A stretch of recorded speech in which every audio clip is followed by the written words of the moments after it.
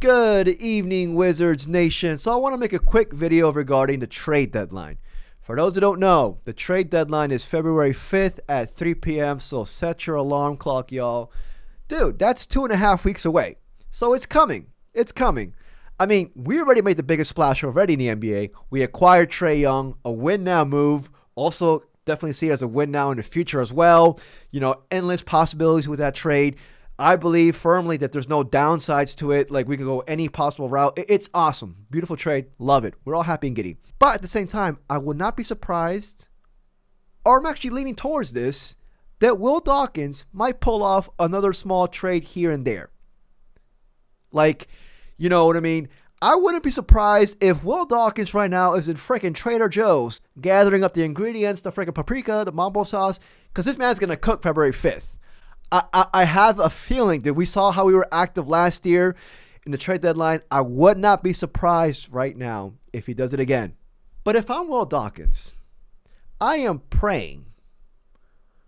Not praying. Praying like fighting, like, you know, like a lion to a zebra. I'm praying while I'm praying on teams who want to go under the luxury tax. The Marcus Smart trade that we did last year was beautiful. I'm looking for a trade like that. They offloaded Marcus Smart's contract to us and attached a first-round pick. The object of the game for me, again, I could be wrong, but this is my opinion, get more draft capital, ideally for this upcoming draft class, which is considered generational, even though everybody uses that word, but it does look like that. People keep talking about Middleton being, in his expiring contract, being floated around, Bags. Listen, I like Bagley, but his name's floating around. There was reports saying that multiple teams are interested in Bags. So, for me, I'd keep him for the long term. But again, you never know. You never know. I even saw Champagne's name out there being tossed around in trade rumors. For me, over my dead body with Champagne, honestly, I think those are BS rumors. But, I'm not even considering it. Anyways, I have a couple of articles for you guys, a couple of trade scenarios. I have my 2 cents on, trade scenarios that I would go after. So I'm gonna show y'all in the clips here. So if you enjoyed this video, please like and subscribe. I truly appreciate it. So ESPN dropped an article saying one player to watch on each team, and for us it was Chris Middleton. And they say here, as we saw with the Trae Young trade, Washington is not afraid to lose cap space next season if there's a player who can help in the future. The Wizards were projected to have $80 million in salary before trading for Trae Young, and it's now $49 million play option for next season. Middleton now has an expiring $33.3 million contract and has an additional $3.2 million in unlikely bonuses that count towards that apron.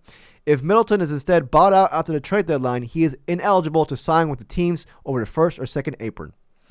So, ideally, Middleton's contract is going to be floated around. The only way we're going to get, or one of the primary ways that we're going to get draft capital attached to players, it's when we have to absorb a bad contract, or, a bad contract in relative terms. So that's what I'm looking out for. This article dropped as well today. This is from Bryson Atkins. He's a good follow on Twitter. Highly recommend. Basically stating 3 trades that the Wizards should target at the deadline. His first one is Rob Dillingham. And he goes on to state, the Timberwolves are more than likely have no need for Dillingham due to the cluttered guard position here. Anthony Edwards, of course, take the spotlight. Mike Conley is still a great defender, and others like Jalen Clark and Dante DiVincenzo. What the Timberwolves do need, though, is someone to play center position in the non-Rudy Gobert minutes, and that's where Marvin Bagley comes into play on a league minimum. Would y'all consider a Rob Dillingham for Marvin Bagley type deal? I'm going to leave that to you guys. Let me know in the comments section. Like I said, I'm looking out for guys who, ideally want to be shipped off and attached with draft capital on them. But, we'll see. We'll see. He goes on to state this as well. Bagley could also get a second-round pick in return as well, which can later be used to trade into the first round in 2026 with our other second-rounders. Or I keep tossing out this idea. Look, we're most likely going to have pick number 30 from OKC. We're going to have a couple of second-round picks because 2 of them are going to be transferred to the Knicks. Package them all together, including pick 30, and move up as far as we can. If we get more draft capital, maybe a late first-round pick, let's use that as well and move up as far as we can, because I don't think we have enough roster space to bring in another draft class with 3 rookies. I mean, that's just me. Y'all let me know what y'all think about that. But, we're going to get 2 rookies, ideally 2 first-round picks. Hopefully the second one is like, in the teens. But that's just me. This dude also throws out another trade target for us, being Ousmane Deng. And this one I'm actually pretty intrigued about. He says, let's be honest, the OKC Thunder do not need to make a trade. However, they can benefit from getting another center since that position group there has been constantly injured. Once again, Bagley will be a part of this deal, and the majority of the deals the Wizards can make. Will Dawkins has a connection to the Thunder, as we all know, particularly to the former lottery pick Ousmane Deng.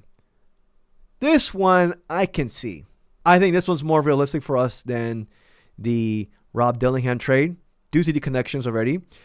Deng has shown glimpses of potential in the G League and at the NBA level. He has had multiple 10-point performances and near double-doubles when he does play. The problem is that he is on arguably the best team in the NBA. His time is limited, but the Wizards can give him time to the end of the year while they tank. Once again, it will be a low risk but high reward if the team trades for Deng. His value has also gone so low that the organization can pry a first-round pick away from the Thunder attached to him. Now, that right there will be a freaking amazing deal if we were to get draft capital on top of a swing now type player in Ousmane Deng. Y'all let me know what y'all think about this type. I would be more intrigued with this one than Dillingham, to be honest with you. We got Dillingham and Trae Young. At one point, somebody used to play defense. Anyways, this one right here is also realistic in my opinion. This is a good article. It talks about Golden State Warriors 2026 first-round pick. Now, we all saw the trade rumors. I'm going to post it right here. Of us, the Wizards, being interested in Jonathan Kuminga. I believe it was us amongst 2 other teams. It was around the same time when the Trae Young rumors started coming out as well. Listen, I like Kuminga the player. I don't know if he'll be here long term. What intrigues me about him, or what makes me interested in him, is the fact that the Warriors will have to attach assets to get rid of him. That's not my opinion. That's what I've actually read from reports. So if the Warriors want to do that and they want to attach draft capital, I'm in.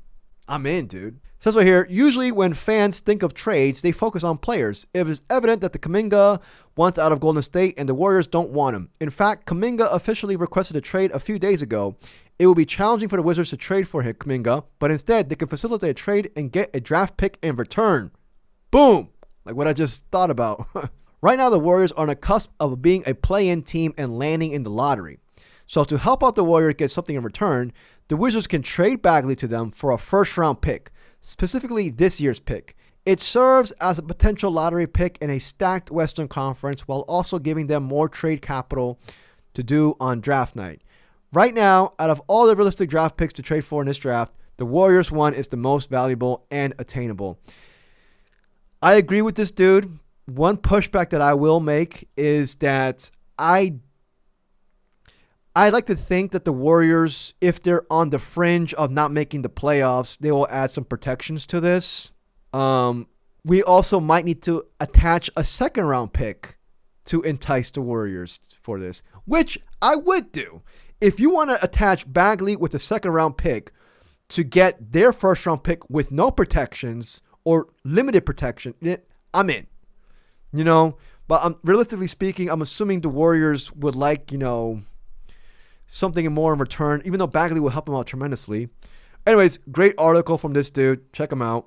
And like I said earlier in the video, I'm preying on teams who want to get underneath the luxury tax. Let's use our cap space as our biggest asset this trade deadline, all right? So here's a list of dudes or players who the teams are looking at to possibly, just offload off their books. So the first one here is Tyus Jones, all right? They said here, we've reached the duck attack stage of this story. Tyus Jones makes $7 million. The Magic are about $5.5 million above the luxury tax line. I'm in. Now, what will we get for Tyus Jones? I mean, I'd like to think multiple second-round picks. I'm not trading for just one second-round pick to absorb his contract, even though it is a small contract, but I'm just referencing the Marcus Smart trade from last year. I think it'll all depend primarily just how deep they are in the luxury tax. Like, if they're that desperate, they will attach a first-round pick. But ideally, it'll be teams in the top half of the league that would do that. But Tyus Jones is a target I'm looking at. Nick Richards is saying here is talking about Phoenix is already a repeater tax team, but the Bradley Beal wave and stretch was designed to help them to get beneath the line for the next 2 years and reset the clock. But the Suns are only about $1 million above the tax line, and Richards, the fourth most important center on the team's roster, makes $5 million. So again, I'm looking at second round picks here, perhaps. I don't know, because the Suns are doing pretty good this year, but we might have to entice them to get possibly sniff the first. And then there's also Hunter Tyson, talking about right here, another small tax bill to figure out here with the Denver Nuggets. I'm sniffing around there, dude. This one as well, it kind of intrigued me. Ochai Agbaji. I actually like them coming out of the draft. They're saying here that the Raptors as well fit this bill that they want to get underneath the tax. But there's the added caveat that the Toronto has been linked to just about every big name on the market. That's true. That is very true. Anyways, Agbaji is an expiring $6.4 million deal whose role has been diminished this season. So if he comes here, we give him a chance to ball out. Maybe, I don't know. I actually like them coming out of the draft. I'm kind of surprised he never, hasn't really cemented himself in the NBA. But, those are a couple players right there that I'm looking at, a couple teams I'm looking at to see if we can actually, absorb the bad contract or help them get underneath the tax and they give us some, draft capital in return. Now, I'm going to end this video with this. I know some dudes are talking about Malachi Branham, trading him. I think Malachi, he had a really solid game last night against the Kings. But I think Malachi most likely will end up being just a filler on a trade. He hasn't really played many consistent minutes to attain value or rehabilitate his value, in my opinion. But, hey, I could be wrong. Anyways, that's my take / reports that I've seen. Y'all let me know what y'all think. I'm going to take a nap. We play tonight at 9 p.m. So, I'm sleepy, dude. I'm on 4 hours of sleep, so I'm going to take a nap. I'm going to be online after the game, but only for 30 minutes. I can't do an hour and a half. But, it is what it is. Thank you very much, everybody. Please, if you enjoyed this video, like and subscribe. I truly appreciate it. I'll see y'all at 11:30. Peace, y'all. Also, I want to say thank you very much for everybody who joined the stream last night. Dude, for those who don't know, we were up until 1:30 in the morning after the Kings game. Freaking on a Friday night, rambling about Will Riley's strength, freaking talking about conspiracy theories. My video ended up getting demonetized. I don't know what the fuck's going on. Anyways, we have no lives, but we're diehards, and nobody can take that away from us. Thank you very much, everybody who joined the stream.